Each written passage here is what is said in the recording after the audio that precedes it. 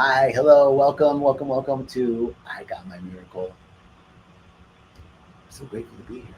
I'm so grateful. I'm grateful you guys are here. You ladies are here.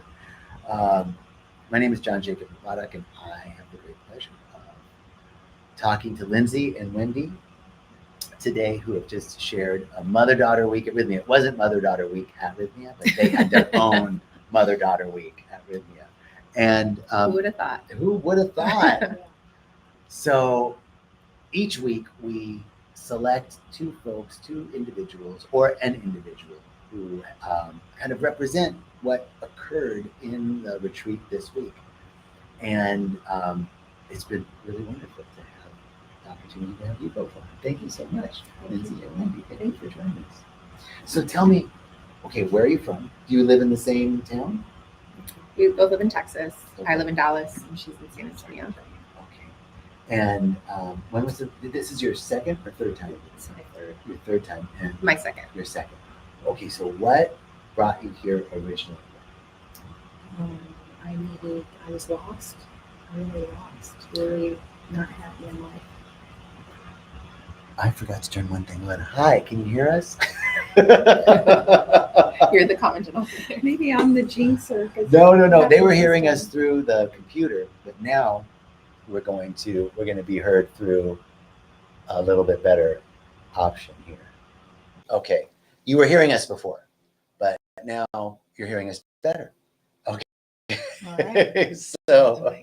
So you were lost. You were saying what brought you here before was you were lost. I was just struggling, not happy, just trying to find my purpose. And I, in 2019, I discovered Rythmia on the website, and I even sent an email to my two daughters saying, someday we're going to go here all together. And then I came first and had profound healing. That was in 2019. It was in 2022. Wow. So yeah, October 2022. So from 2019 to 2022. I knew I was going to eventually be here. Wow. And so what finally had you go, okay, now I'm going to go? It was COVID.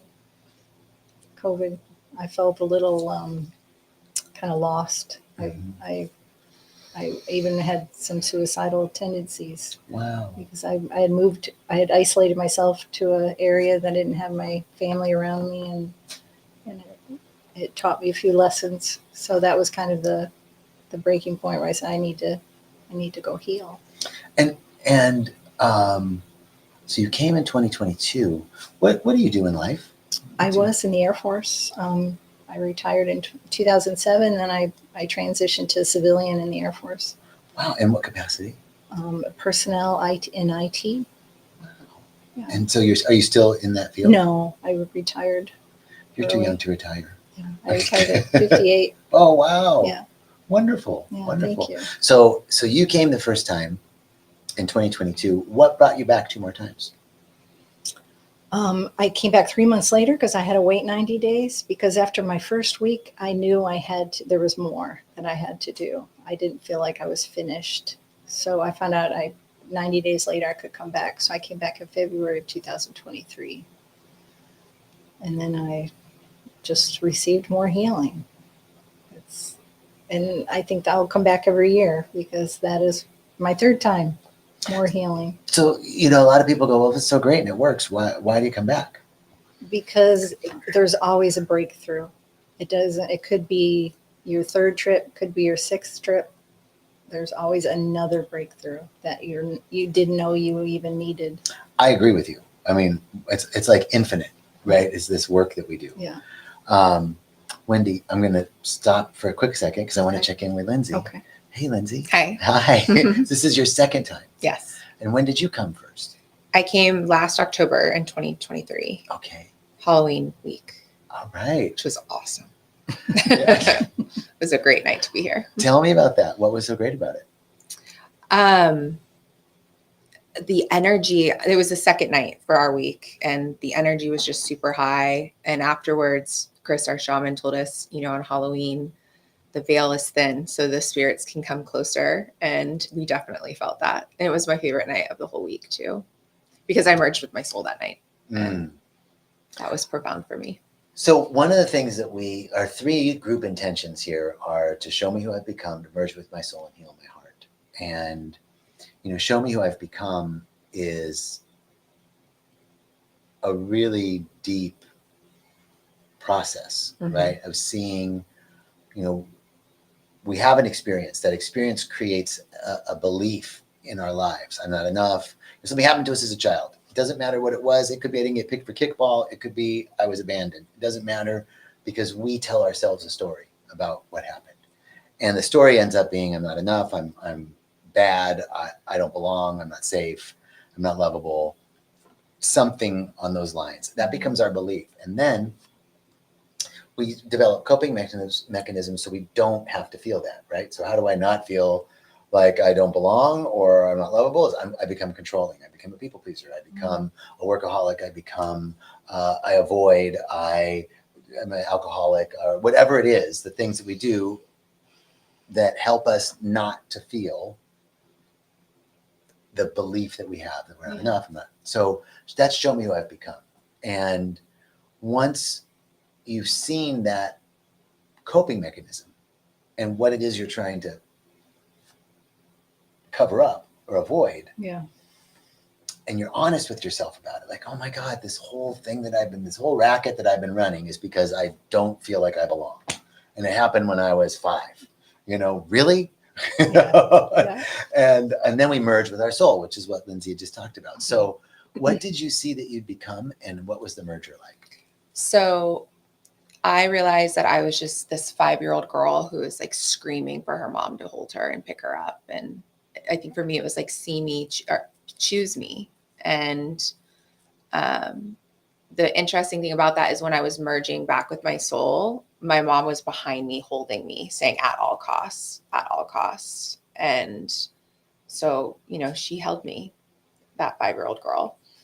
And that was really special. Wow. And that's why I came here, was to heal my, she had me when she was 22, single mom. We've had a tough relationship. Like I always say, I feel like she's my best friend, but my pain. And so a lot of my first trip was healing like my mother wound.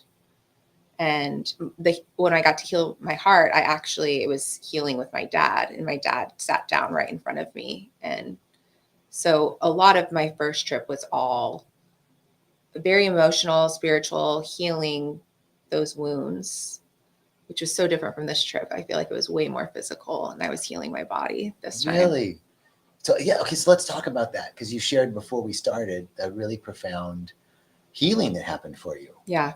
Can you share a little bit about that? Yeah. So when I got here, I was really present too. This whole experience has really helped. I've fallen in love with myself. But the disconnect is like, when I look in the mirror, I don't feel that same way about how I look. And I was getting frustrated with myself, because I'm like, how can you love yourself like this, but not love how you look, or always picking, squeezing, criticizing? And I know that. And I know that I didn't want it anymore. And I also was like very present to, if my daughter, my son ever felt this way about themselves, it would crush me. And so I knew it was starting to bubble up as soon as I got here that this is what I have to work on.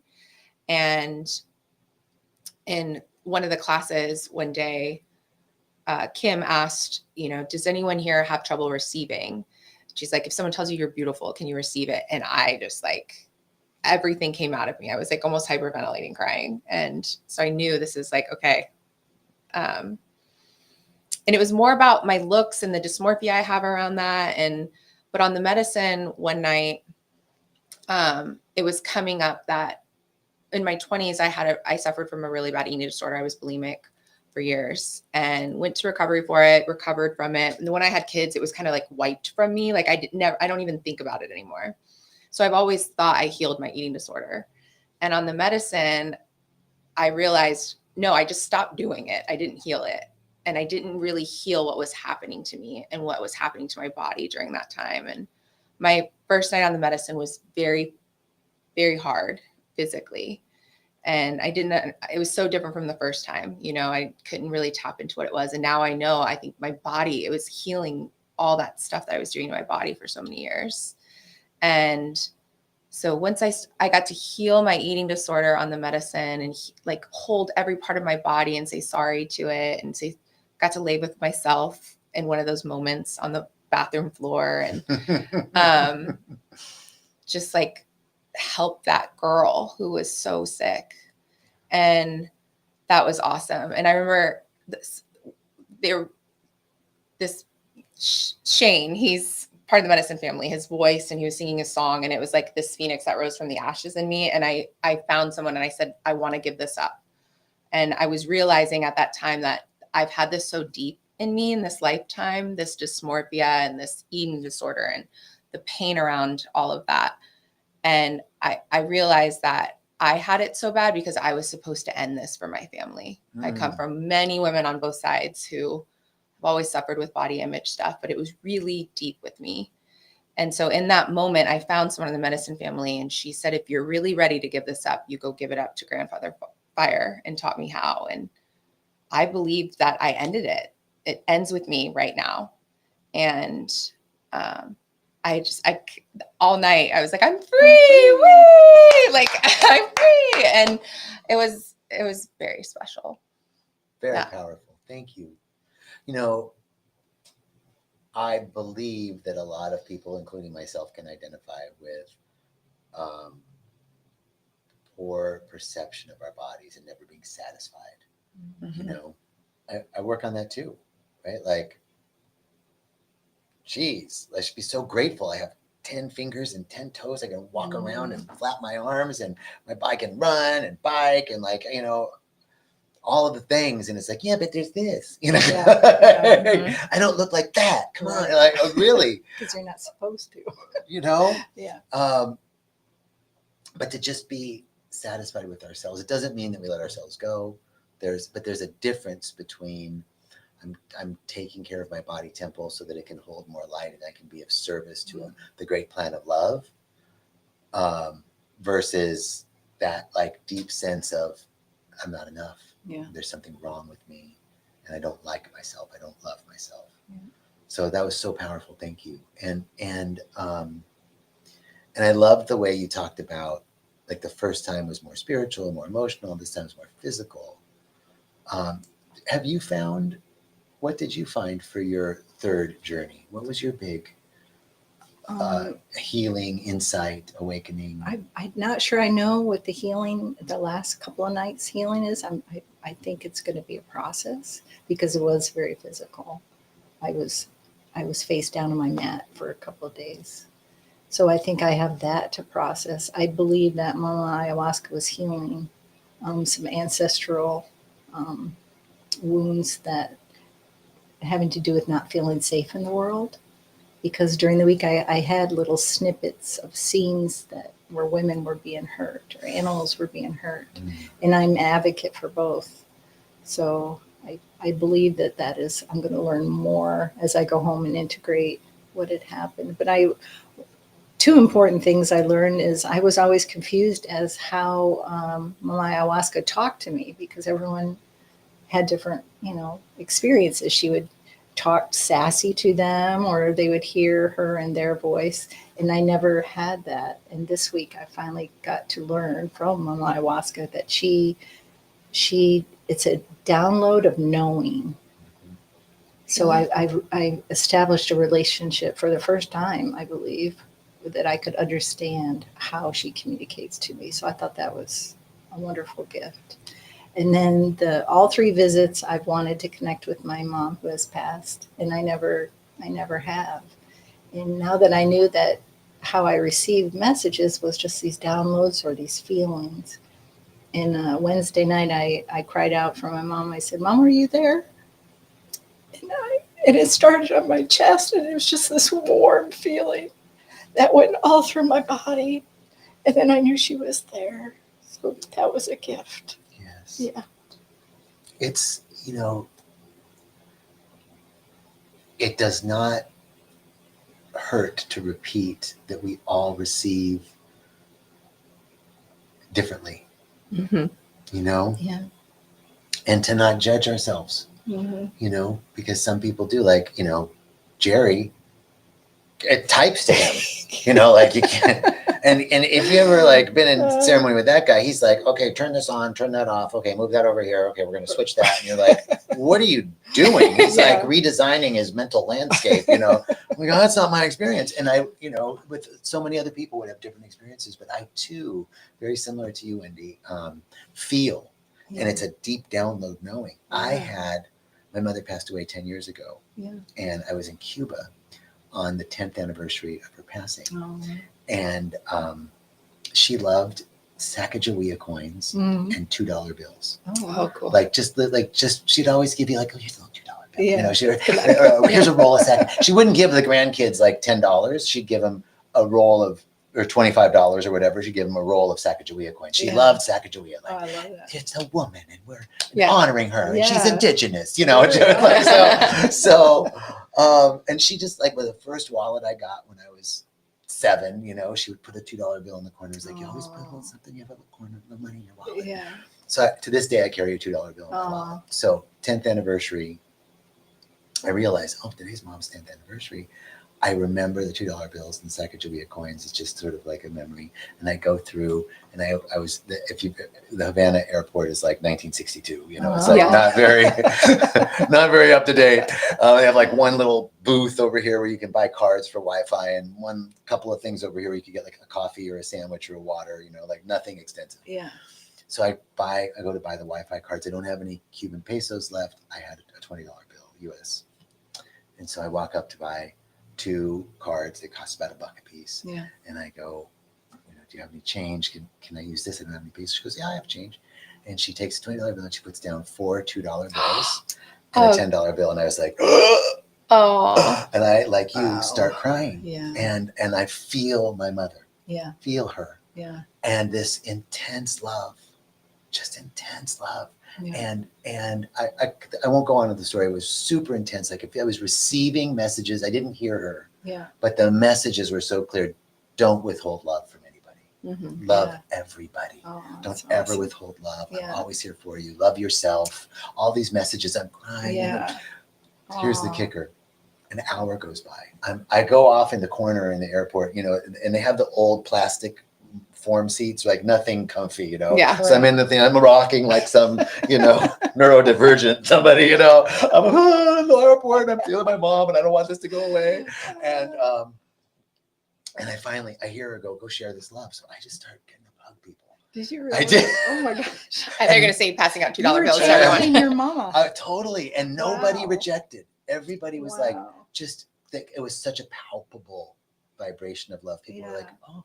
Wow. So then that finishes and I'm like, I'm thirsty. So I go to get a bottle of water. It costs about $2 for the water. Yeah. I have the 4 $2 bills. I ain't getting rid of those. Yeah. So I got the $10 bill and I give the lady the $10 bill. She gives me change with a Sacagawea coin No way. in Cuba. Oh my gosh. Mom was like, just No in way. case, just in case you were doubting the 4 $2 bills, here's the Sacagawea. Wow. You know, but it was like, that was the way that I could get it. Yeah. They'll speak to us in the way that we can get it. Most definitely. Yeah. So, Without the expectation. yeah. Once you release the expectation, Right. you can receive. Yeah. And I think it's cool that she finally felt her mom, like while we're doing this together too. Yes. Like mother-daughter thing Total together. generational. Mhm. And it was so beautiful. And that was the night you were like closest to me on the mats. Yeah, she too. kept dancing around me, letting me know she was there. Or she would fling her skirt to swish my arm. It was very special. To know she was going to be with me on this trip was the motivation I had to come here. Because, like I said, we have had a challenging relationship. And I said this in class today. There's a saying that you're only as happy as your saddest child. And she's been my saddest child. And the fact that we get to heal together and she's no longer my saddest child. Yeah, I don't feel like I've. We're The in this saddest child. together. She's like, I didn't know you thought that about me. That was my feeling. And so this When is the you're first time you've been here together. Mm-hmm. Beautiful. Yeah, I definitely think we needed to do it separately first, especially because my first trip was healing a lot of my mother wound. And coming here, I wasn't sure like if we were ever going to be able to be near each other in the Maloka. And each night I was like inching closer to my mom. So the last night we were like right next to each other. Oh, Sorry, John. I'm Yeah. so grateful. Yeah. So grateful. We're grateful that we got to come together. Yeah, it's beautiful. It's going to be a great Christmas. It's going to be a great Christmas. Yeah, and you Yeah. have 2 children. Yes. How old are your children? My son just turned 8 and my daughter's 6. So they're 18 months apart. They're going to have such a fun Christmas. Yeah. Mhm. And how many children do you have? I have my youngest daughter, Skylar, and then Lindsay. So Okay. just 2. And will you all be together at Christmas? Mhm. Wow. Yeah. Beautiful. We're trying to get Skylar here Yeah. when she's My ready. youngest. Yeah, she'll come when she's ready. She's nervous about the purging. You'll have that. Anybody out there nervous about the purging? Don't worry about it. No, truly. It's like in the beginning, it's like, It's- oh my God, I can't even stand the sound of vomiting. By the end of the week, you're like, Liberation. It's healing. It's so beautiful. It's like an orchestra. Yes. You know? Yeah. You cheer each other Right. on. Oh, you're healing. You know? Oh, beautiful. Yeah. Lindsay, Wendy, thank you so much Thank you. for coming back. Thank you for agreeing to do I Got My Miracle. Thank you. And thank you for doing this work because it truly makes a difference in every way and in the greater fabric of life. Thank you Yeah. so much. We Thank appreciate you. it. Going for deeper on the serving. medicine is great. We're going to be back. Yay. Yeah. All right. See you next year. Okay. I'll be here. Hopefully you'll come see us too. Thank you so much for joining us. Have a beautiful Saturday and happy holidays. Yeah, it's Christmas time. I know.